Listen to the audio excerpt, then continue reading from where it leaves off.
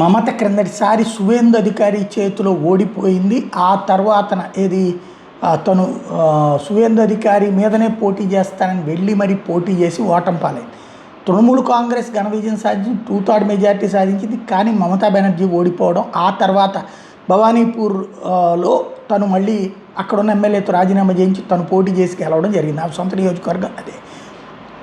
అయితే ఈ దఫా సువేందు అధికారి మమత మీద 2 చోట్ల పోటీ చేయడం అన్నది ఒక సంచలనం. అయితే క్రిందటిసారి తృణమూల్ కాంగ్రెస్ కేవలం 8,000 ఓట్లతో, మొన్న లోక్సభ 2024 ఎన్నికల్లో కేవలం 8,000 మెజార్టీ మాత్రం తృణమూల్ కాంగ్రెస్కి వచ్చింది. కిందన అక్కడ 45,000 ఓట్లు తొలగింపు జరిగింది.